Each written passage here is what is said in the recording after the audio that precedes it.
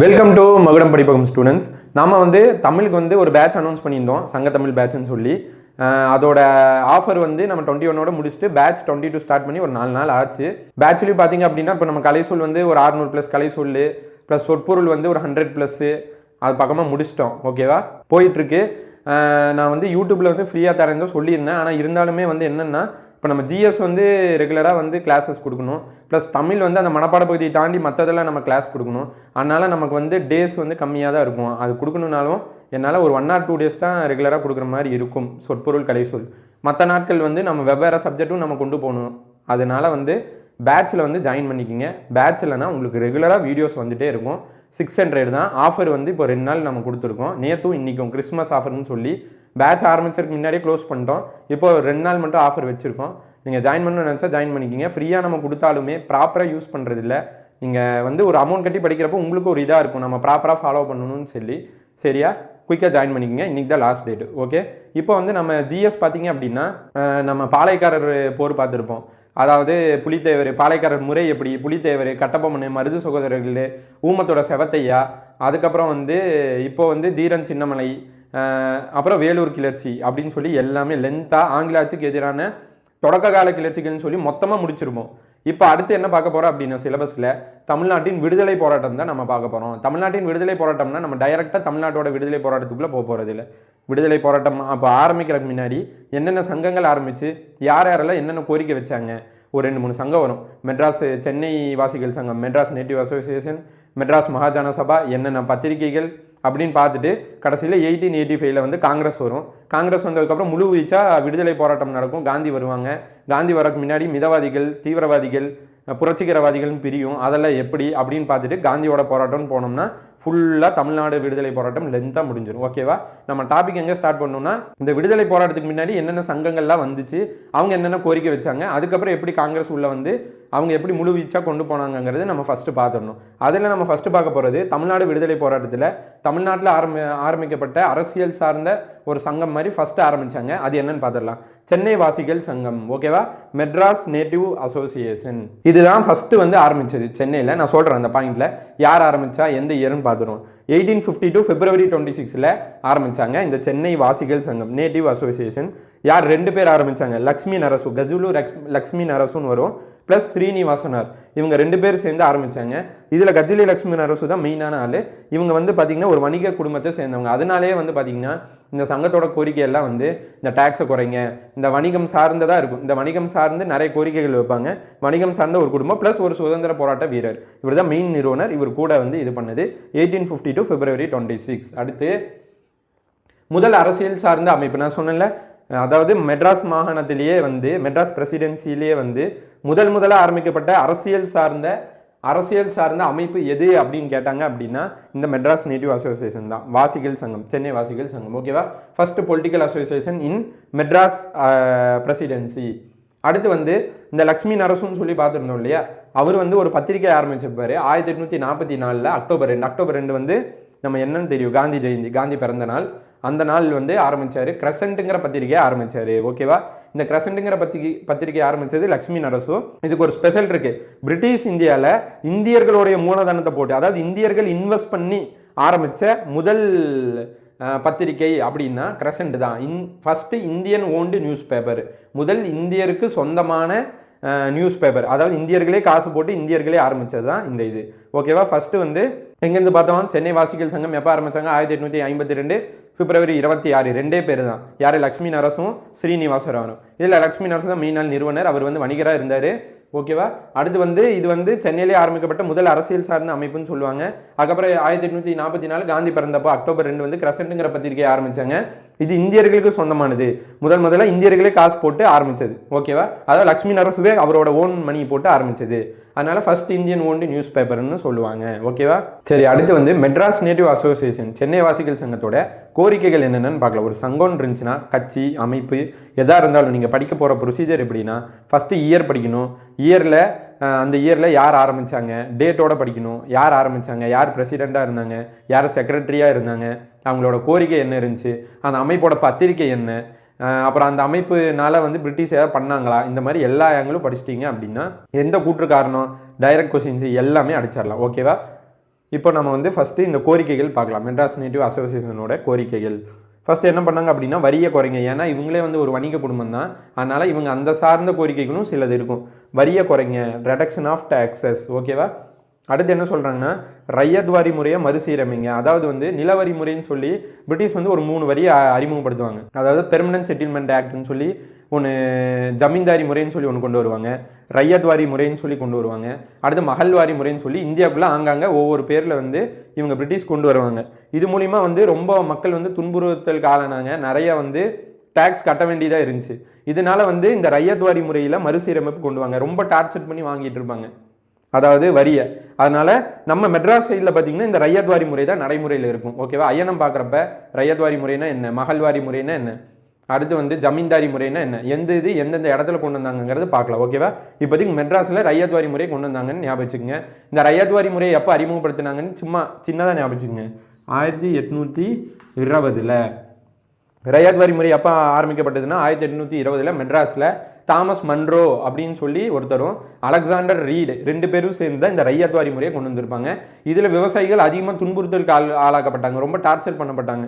அதனால இதை வந்து மறுசீரமைங்கன்னு சொல்கிறாங்க. இங்கே படிக்கிறப்பவே இன்னொரு பாயிண்ட் எக்ஸ்ட்ரா படிச்சுட்டு போயிடலாம், ஓகேவா. அடுத்து 1813 சட்டம். நீங்கள் வந்து நம்ம இந்த விடுதலை போராட்டம் படிக்கிறப்ப இந்த பாலிட்டி லிங்க் ஆகும், அப்புறம் வந்து ஐஎன்எம் லிங்க், ஐஎன்எம்மும் இதுவும் ஒன்று தான். ஆனால் இதில் தமிழ்நாட்டை பற்றி சிறப்பாக படிக்கிறோம். அதில் வந்து இந்தியா ஃபுல்லாக கவர் ஆகும். ஐஎன்எம்மில் அந்த பாலிட்டி கவர் ஆகும். அப்புறம் பார்த்தீங்கன்னா ஐஎன்எம் சார்ந்து, இந்த இந்திய ஐஎன்எம் சார்ந்து எல்லாமே மிக்ஸ் ஆகி தான் வரும். அதனால் நான் ஒவ்வொரு பாயிண்ட் சொல்கிறப்ப அந்த பாயிண்ட்டை மட்டும் நோட் பண்ணிக்கோங்க. அந்தந்த கிளாஸ் பார்க்குறப்ப, பாலிட்டி பார்க்குறப்ப அந்த புரிதல் கிடைக்கும். ஃபண்டு வந்து மிஷனரி ஸ்கூல்னால் கிறிஸ்டியன் அவங்க ஆரம்பிக்கிற, அவங்க ஃபண்டில் ஆரம்பிக்கிற ஸ்கூல், ஓகேவா. அதுதான் மிஷனரி ஸ்கூலும்பாங்க, ஓகேவா. நம்ம கேள்விப்பட்டிருப்போம் ட்ரஸ்ட் ஸ்கூலு, கிறிஸ்டியன் ஸ்கூலுன்னு சொல்லி. இந்த 1813 சட்டம்னு ஒரு சட்டம் இருக்குது. இந்த பட்டய சட்டம் கவுன்சில் சட்டம்னு சொல்லி பிரிட்டிஷ் போடுவாங்க. அதாவது 1947 அப்புறம் நமக்கு அந்த கான்ஸ்டியூஷன் எழுதி முடிக்கிறதுக்கு அதுக்கு முன்னாடி வந்து பிரிட்டிஷ் ஆண்டுட்டு இருப்பாங்க. அப்பப்போ சட்டம் போடுவாங்க 20 வருஷத்துக்கு ஒருக்கா. 1773 ஒழுங்குமுறை சட்டம், 1793 ஒழுங்குமுறை சட்டம், 20 வருஷம் கேப்ல போடுவாங்க. அந்த மாதிரி ஒரு சட்டம் தான் 1813 சட்டம். இதில் என்ன சொல்லுவாங்க அப்படின்னா, நாங்கள் வந்து கல்விக்கு வந்து 1 லட்ச ரூபா செலவு பண்ணுறோம்பாங்க. இந்த சட்டத்தில் 13 கல்விக்கு 1 லட்சம் செலவு பண்ணுறேன்னு சொல்லிட்டு அந்த அமௌண்ட்டை என்ன பண்ணுவாங்க அப்படின்னா, இந்த கிறிஸ்டியன்ஸால் ஆரம்பிக்கப்பட்ட அந்த பள்ளிக்கு மட்டும் கொடுப்பாங்க, மற்ற எல்லா பள்ளிக்கும் கொடுக்க மாட்டாங்க. அதனால் இவர் என்ன பண்ணுவார்னா, ஃபண்டுனா நிதி, வர நிதியை நீங்கள் அந்த கிறிஸ்டியனால் ஆரம்பிக்கப்பட்ட அந்த ட்ரஸ்ட் ஸ்கூலுக்கு மட்டும் கொடுக்காதீங்க, எங்களுக்கும் கொடுங்க, எல்லாத்துக்கும் கொடுங்க அப்படின்னு சொல்லி அதை கண்டிக்கிறார், ஓகேவா. இதோட பின்னணியோடு சொல்லும் போது உங்களுக்கு ஒரு நல்ல புரிதல் கிடைக்கும். ஏன் எதிர்த்தாங்க, என்ன பிரச்சனைன்னு டைரெக்டாக வாட்சுட்டு போகிறக்கும் என்ன பிரச்சனைன்னு சொல்கிறப்ப உங்களுக்கு ஒரு புரிதல் கிடைச்சிடும். அடுத்து நீதித்துறையை மறுசீரமைங்க அப்படிங்கிறாங்க. இப்போ நீதித்துறையில் வந்து இந்தியர்கள் அதிகமாக சேருங்க, நீதித்துறையை வழக்குகளை சீக்கிரம் வந்து விசாரணை பண்ணுங்கள், அந்த மாதிரி நீதித்துறையில் இருக்கிற அந்த மறுசீரமைப்பு பற்றியும் சொல்லியிருப்பார், ஓகேவா. இதெல்லாம் அவரோட கோரிக்கை. அடுத்து 1853 பட்டய சட்டம். அதாவது நான் சொன்னேன் இல்லையா, 1773 93 20 வருஷத்துக்கு ஒருக்கா ஒரு சட்டம் வரும், பிரிட்டிஷ் வந்து போடுவாங்க. அந்த மாதிரி ஒரு சட்டம் தான் 1853 பட்டய சட்டம். இது பிரிட்டிஷ் போட்டது. இது வந்து நம்ம இதில் படிப்போம், பாலிட்டியில், ஓகேவா. இப்போதைக்கு இது மட்டும் ஞாபகம் வச்சுக்கோங்க. இந்த சட்டத்தில் என்ன சொல்லிடுன்னா, அதாவது 20 வருஷத்துக்கு ஒருக்கா ஒரு சட்டம் வரப்போ பிரிட்டிஷ் வந்து உறுதிப்படுத்தும். ஏன்னா பிரிட்டிஷ் கீழே தான் கம்பெனி ஆட்சி செஞ்சுட்ருக்கோம்.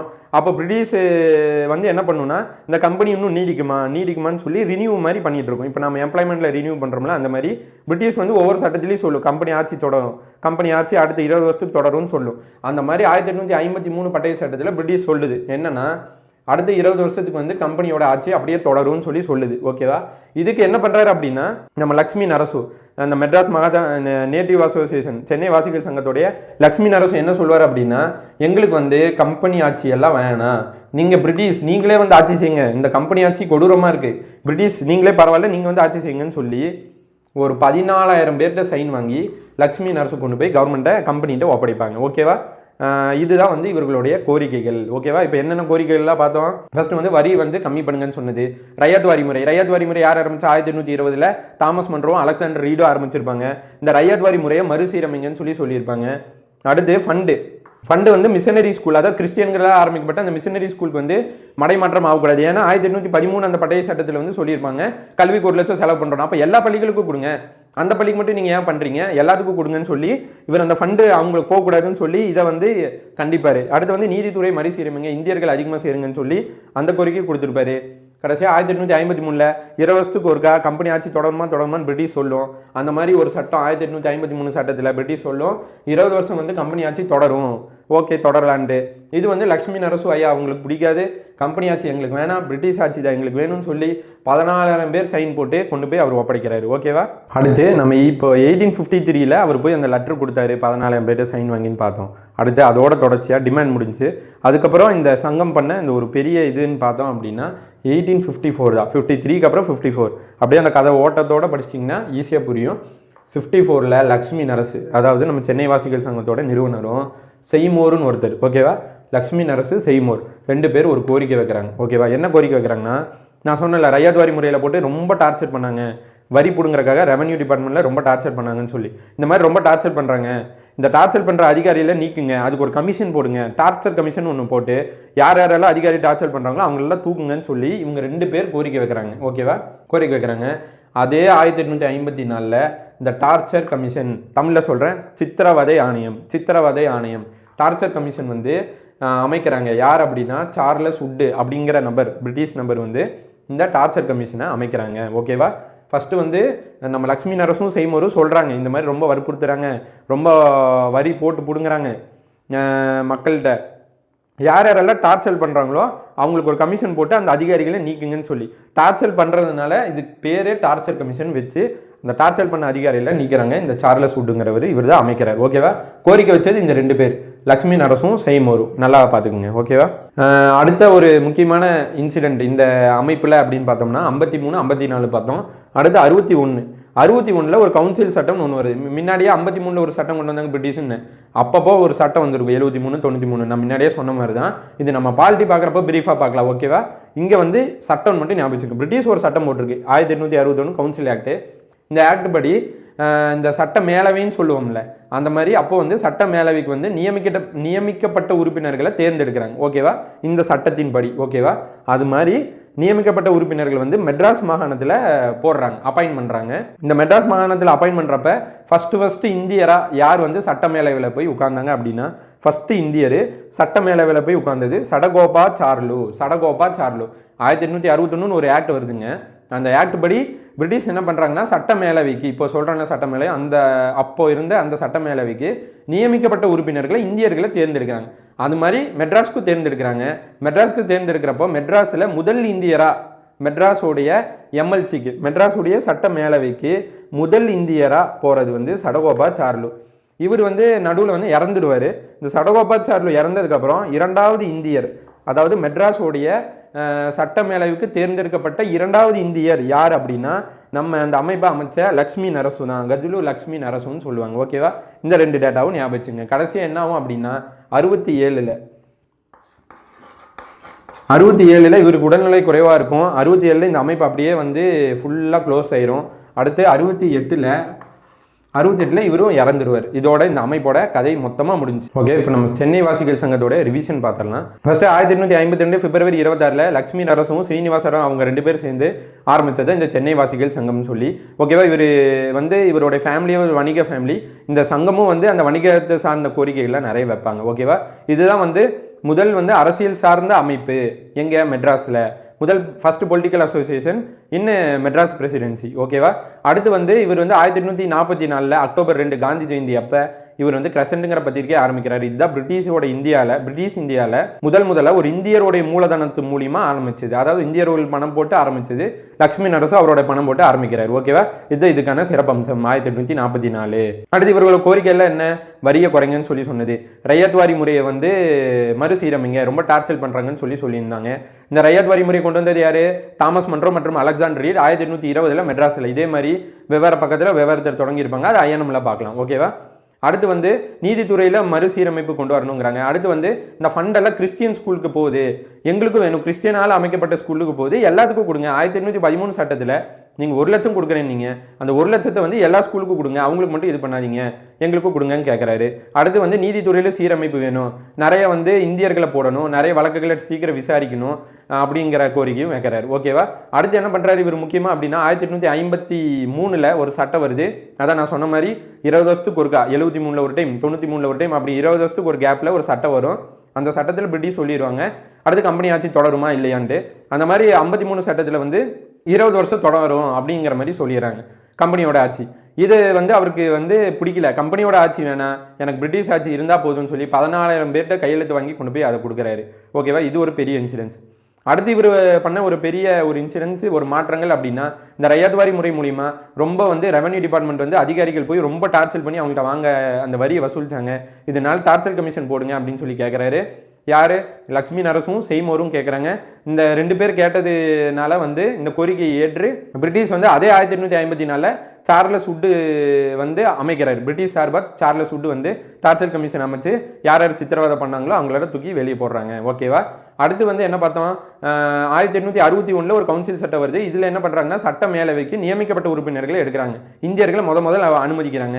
அதில் அனுமதித்த முதல் இந்தியர் மெட்ராஸ் சார்பாக சட்ட மேலவைக்கு போன முதல் இந்தியர் மெட்ராஸில் யார்? சடகோபாச்சார்லு. இரண்டாவது அவர் இறந்துட்டார். அதே மாதிரி 2வது இந்தியன் மெட்ராஸ் சார்பாக சட்ட மேலவைக்கு போனது யார் அப்படின்னா நம்ம லக்ஷ்மி நரசு தான். கடைசியில் 67 காணாமே போயிடுது. 68 இவர் வந்து இறந்துடுறாரு. இதோட நம்ம வந்து மெட்ராஸ் நேட்டிவ் அசோசியேஷன் மொத்தமாக முடிஞ்சு. இப்போ நம்ம என்ன பார்க்கலாம் அப்படின்னா, இப்போ 68 வரைக்கும் வந்துட்டோம். ஓகே, 68க்கு அப்புறம் இந்த பத்திரிகைகள்லாம் ஆரம்பிச்சிருப்பாங்க. இந்த பத்திரிகைகளும் வந்து விடுதலை போராட்டத்தில் மெயினான பங்கு எடுத்திருக்கும். இந்த 68க்கு மேலே அந்த பத்திரிகைகள்லாம் பார்த்துட்டு அப்புறம் என்னென்ன சங்கங்கள் வந்துச்சு, அப்புறம் ஐஎன்சி அதாவது காங்கிரஸ், இந்திய தேசிய காங்கிரஸ்ன்னு பார்த்தோம்னா ஒரு முழு புரிதல் கிடைக்கும். ஓகேவா, அது மட்டும் பார்த்துடலாம் பத்திரிகைகள். ஓகே ஸ்டூடெண்ட்ஸ், 68 வரைக்கும் பார்த்துருந்தோம். அதோட தொடர்ச்சி அப்படியே பார்த்துட்டு வரப்ப நமக்கு பத்திரிகைகளோட பங்கும் இருக்குது. அதையும் நம்ம பார்த்துடலாம். இயர் வைஸும் கவர் ஆகும், ப்ளஸ் ஹிஸ்ட்ரி அப்படியே நவுந்துட்டே வரும். அதையும் நம்ம பார்த்துருவோம்.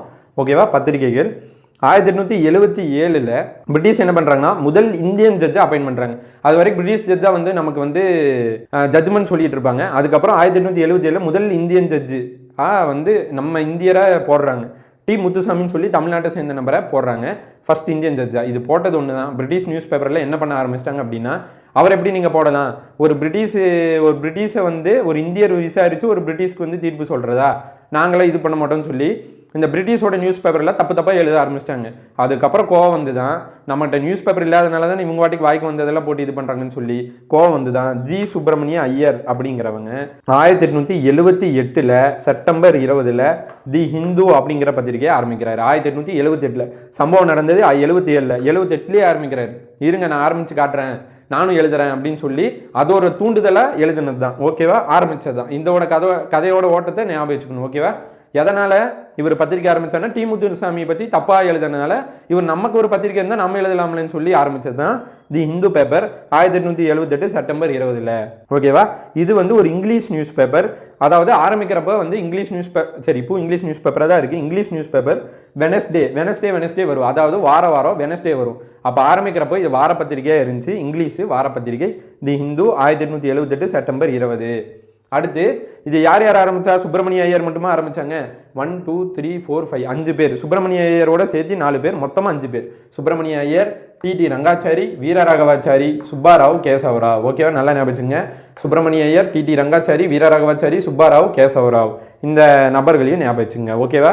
ஓகே ஸ்டூடெண்ட்ஸ், 1878 வந்து தி ஹிந்து ஆரம்பித்தாங்க. ஆரம்பிக்கிறப்ப வீக்லி வெனஸ்டே வரும். ஓகேவா, அடுத்து வார இதழ் வந்து 4 இதழாக மாறுது. ஓகேவா, 1889 கரெக்டாக 78 ஆரம்பித்தாரா, 11 வருஷம் கழிச்சு 89 டெய்லி நியூஸ் பேப்பராக, அதுவும் டெய்லி வந்து ஈவினிங் வர மாதிரி டெய்லி ஈவினிங் நியூஸ் பேப்பராக இருந்துச்சு. எப்போ? 89.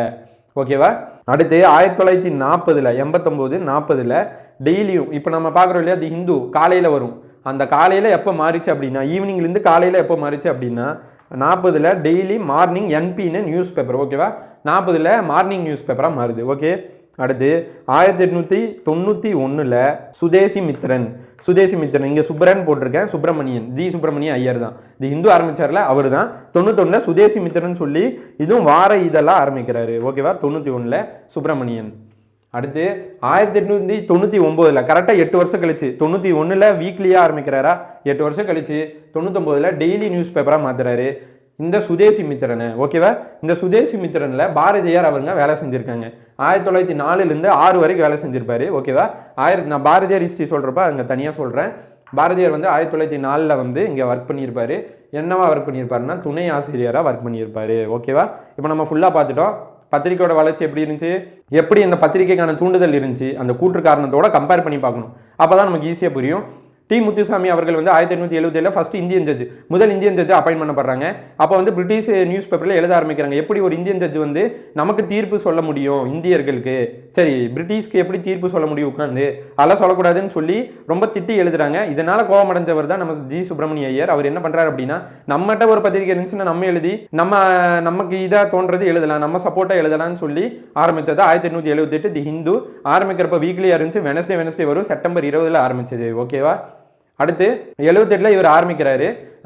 அடுத்து வந்து எப்போ வந்து இந்த பேர் சரி டெய்லியாக எப்போ மாறுதுன்னா 89 11 வருஷம் கழிச்சு டெய்லி நியூஸ் பேப்பர் ஈவினிங்காக மாறுது. அடுத்து மார்னிங்காக இப்போ பார்க்குற மாதிரி மார்னிங்காக எப்போ மாறுச்சு அப்படின்னா 40 இப்போ வர மாதிரி டெய்லி மார்னிங் வருது. ஓகேவா. அடுத்து இதோட நிப்பாட்டில் 1891 சுதேசி மித்திரன் சொல்லி ஆரம்பிக்கிற வீக்லி. இங்கே ஒரு பாயிண்ட் சொல்ல மறந்துட்டேன், இந்த சுதேசி மித்திரங்கிறதா வந்து ஃபஸ்ட்டு தமிழ் நியூஸ் பேப்பர். ஓகேவா.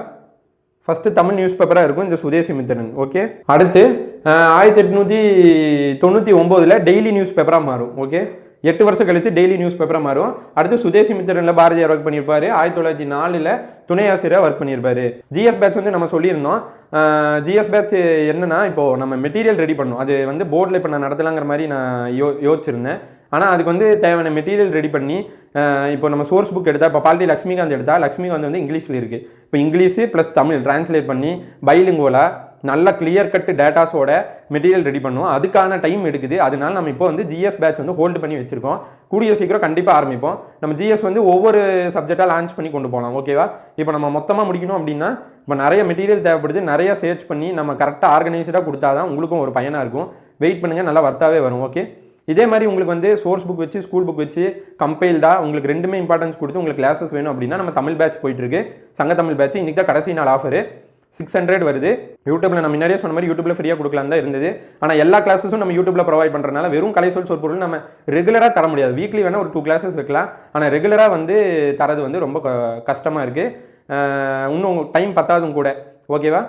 ஸ்டூடெண்ட்ஸ் யார் ஜாயின் பண்ணணும்னு நினைக்கிறீங்களோ குறைவான அமௌண்ட் தான், 600 1 இயருக்கு உங்களுக்கு வர்த்தா எல்லா மனப்பாட பகுதியிலும் முடிச்சு கொடுத்துருவேன். இப்போ பேட்ச் ஸ்டூடெண்ட்டை கேட்டு பாருங்கள், நம்ம கிட்டத்தட்ட வந்து 600+ கலைசொல் வந்து 600 கலைசொல் நம்ம முடிச்சிட்டோம். அவ்வளோ ஒர்க் பண்ணியிருக்கு, நல்லாவே போகும். கூடவே ஜாயின் பண்ணி படிக்க ஆரம்பிச்சிங்கன்னா உங்களுக்கும் ஈஸியாக இருக்கும். ஓகேவா. நாளைக்கு வந்து இன்னொரு கிளாஸ் வரும். Thank you students.